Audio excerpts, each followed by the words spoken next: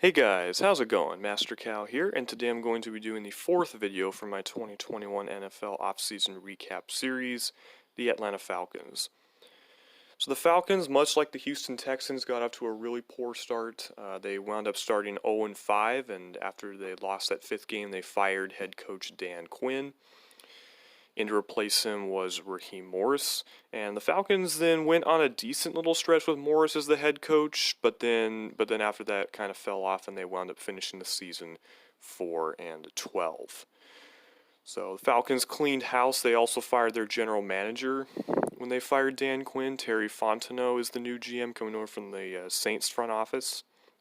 So coaching changes. Their new head coach is going to be Arthur Smith, who was the offensive coordinator of the Tennessee Titans. Smith has overseen a complete resurgence of Tennessee, who was basically an average team before that, but after the Titans made the switch to Ryan Tannehill during the 2019 season, Smith has overseen one of the league's best scoring offenses the past year and 2/3, I should say. And so he comes over to Atlanta with the hope of providing that similar resurgence. His offensive coordinator will be Dave Ragone, who I'm pretty sure will be a first-time offensive coordinator. He's been with the Chicago Bears the past few years. He was the quarterback's coach under Matt Nagy. And for defensive coordinator, they hired Dean Pease, who comes out of retirement. Pease was with Smith in Tennessee in 2019, and prior to that, he was also in Baltimore. So I wonder if Pease is just going to be a stopgap option, but we'll see. All right, so the free agents that Atlanta was able to retain. Offensive lineman Matt Gona was brought back on a second-round restricted free agent tender, which is for 1 year and $3.384 million. Swing tackle who can also play guard. Kicker Younghoe Koo was brought back as an exclusive rights free agent, 1 year, $920,000. Koo was actually Koo was one of the best kickers in the league last year, which is pretty good after he started off his career not very good with the Chargers, but he has completely remade himself in Atlanta. They also brought back exclusive rights free agents Jacob Tuioti-Mariner, receiver Christian Blake, tight end Jaden Graham, and cornerback Tyler Hall, and also wide receiver Juwan Green, who was on their practice squad. They wound up re-signing him to a 1-year deal as well, so nobody super notable there. For the free agents that they added this offseason, their biggest signing was veteran running back Mike Davis, former 49er, former Seahawk, former Bear, and former Panther. They signed him to a 2-year deal worth $5.5 million with $3 million guaranteed. Davis got a lot of playing time last year for Carolina because of the injuries to Christian McCaffrey, and he did pretty well, so the Falcons will give him a shot at being the full-time starter there. Receiver return specialist Cordero Patterson was signed to a 1-year deal worth $3 million with $1.7 million guaranteed. He can still return kicks for touchdowns, and he can also run the ball as well, so brings versatility there. Safety Eric Harris, former Raider, was signed to a 1-year deal worth $1.35 million with $600,000 guaranteed. He's gotten a lot of starting time the last couple of years. Edge rusher special teamer Barkevious Mingo was signed to a 1-year deal worth $1.25 million with $175,000 guaranteed. He hasn't lived up to being a first-round pick, but he has carved out himself a nice niche on special teams. Safety Deron Harmon was signed to a 1-year deal worth $1.2125 million with $500,000 guaranteed. Longtime Patriot, spent last year with the Lions after being traded in a salary dump. Quarterback AJ McCarron will be their new backup. He also signed a minimum salary contract, $137,500 guaranteed. Former Washington cornerback Fabian Moreau was signed to a minimum salary deal with $987,500 guaranteed. Offensive lineman Josh Andrews was signed to a minimum contract, $337,500 guaranteed.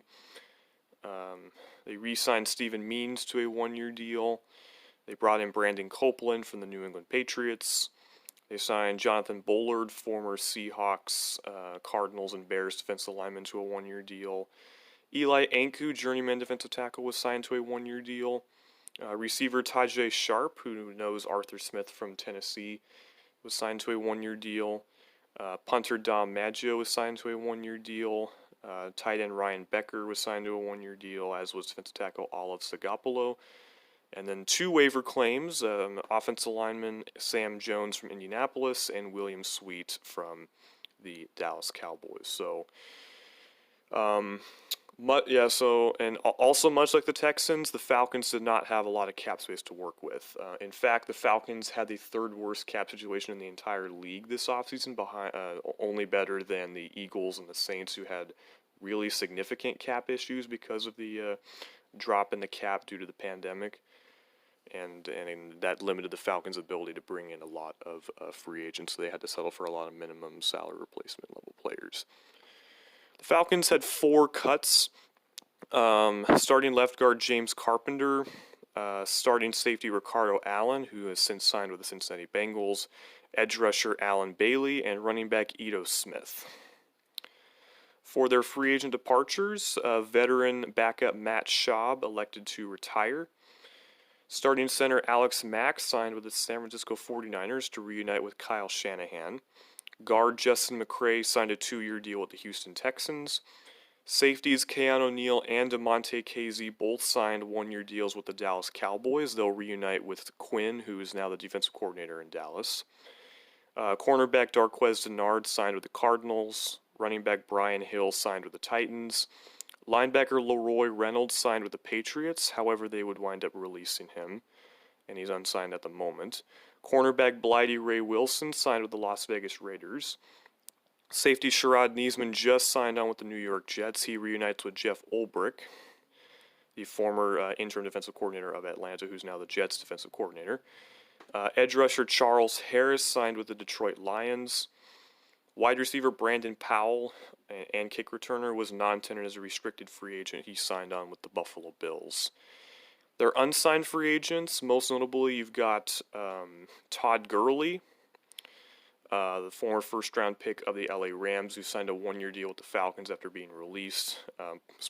Played his college game at Georgia. Gurley has recently been on the free agent visiting tour. He was with the Lions, was with the Ravens, so we'll see if he winds up signing soon.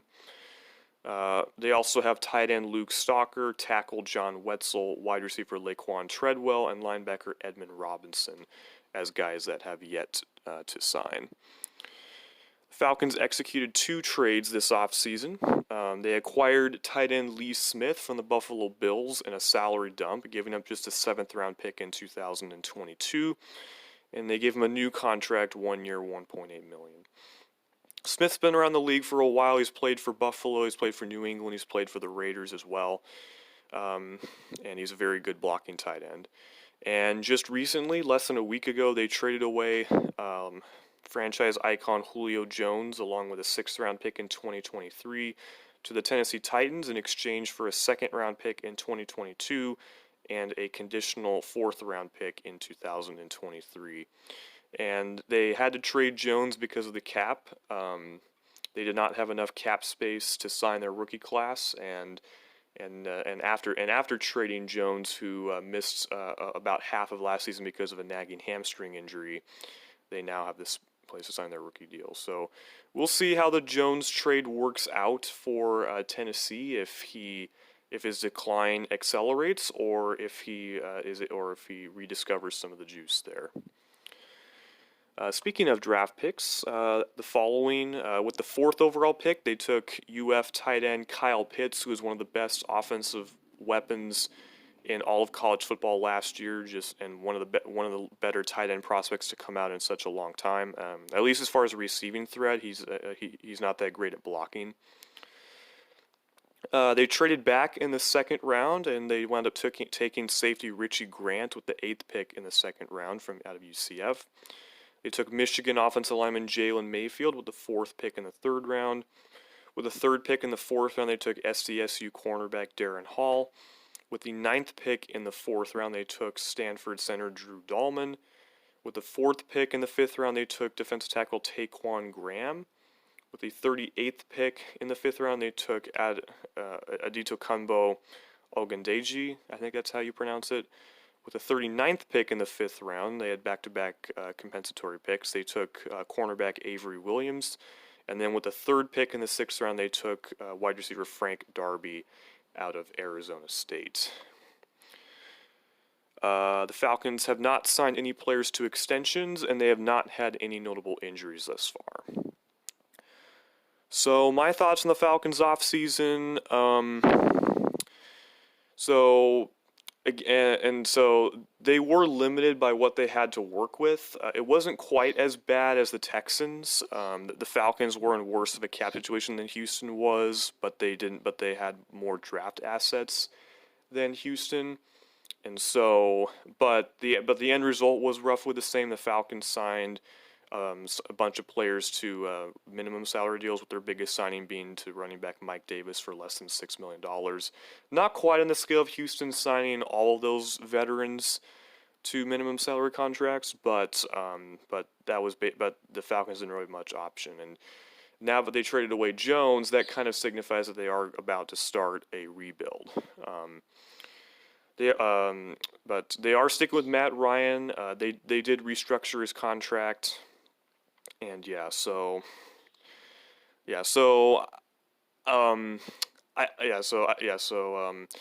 guess kind of like the Texans, I'm gonna have to give the Falcons a C+ on this offseason. They made some nice moves, but overall they did lose quite a bit of talent, like Julio, for example, and it might be tricky to see, Arthur Smith having the same effect in Tennessee or in Atlanta than he did in Tennessee.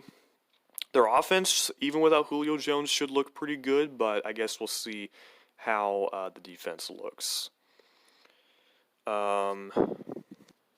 So I said the Falcons' primary positions of need were running back, interior O-line, and safety. So as far as running back goes, yes, they did address that with Mike Davis, who is a pretty decent running back.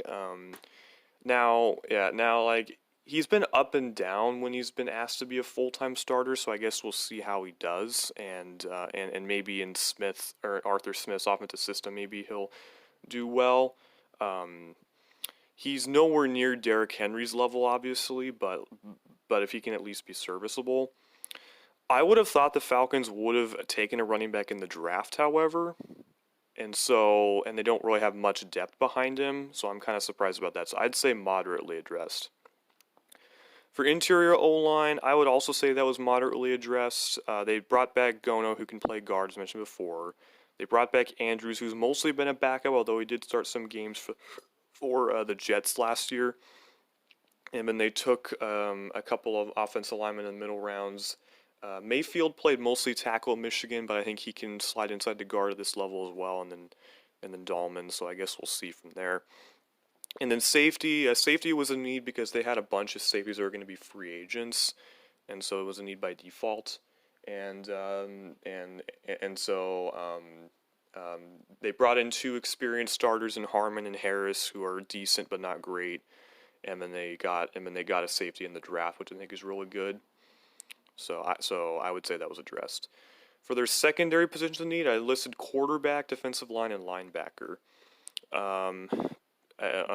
If the Falcons were going to potentially find Matt Ryan's successor. They did not, as the only additions they made at quarterback were McCarron, along with undrafted rookie Philippe Franks.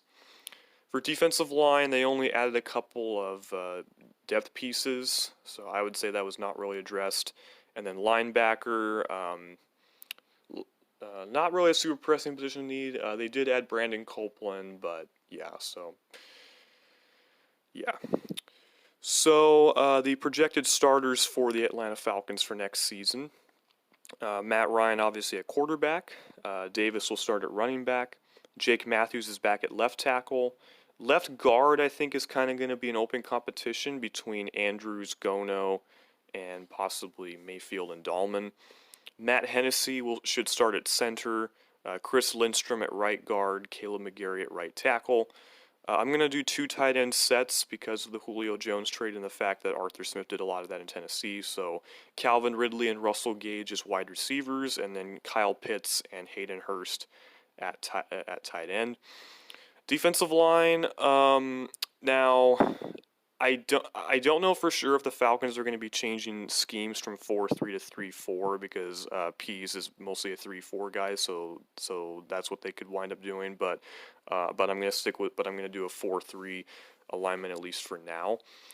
So your starters are going to be Deion Jones, Grady Jarrett, Tyler Davison, and Marlon Davidson. Linebacker will be Foye Oluokun, Deion Jones, and Michael Walker. Cornerback, you'll have A.J. Terrell and Kendall Sheffield on the outside with Isaiah Oliver in the slot. Fabian Moreau could possibly push Sheffield to start. And then the safety, I guess I'll list the 2 veterans, Harmon and Harris, for now. But I think the team would like to see Grant win a starting role out of training camp. So that's going to do it for this video. I hope you guys enjoyed, and stay tuned for the next offseason preview video.